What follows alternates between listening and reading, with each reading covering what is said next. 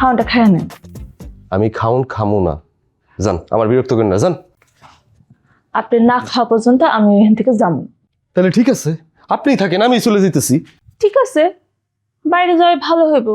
ঘরে তো সাপ আছে, বাইরে যাওয়া উচিত। না না, আমি বাইরে যাবো না। এই আপনি যান তো, আপনি আমার ঘরে আইছেন কেন? আপনি যান, আপনি বেরোন। আচ্ছা, আপনি যে আমার লাগে এই ব্যবহারগুলো করতেছেন,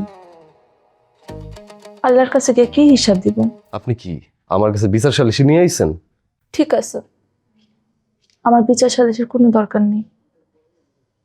কপালে যা আছে আমার তাই হইব। আপনি খাওয়ান না, খায় নেন। বারবার একই কথা কইতেছে। আমি কইতেছি যে আমি খামু না, কেন আমার জোরাজোরি করতেছেন? হ্যাঁ, এমন আপনি কেন করতেছেন? আর এই যে আপনি আমার ঘরে আইছেন, আপনার কি ভয় করতেছে না?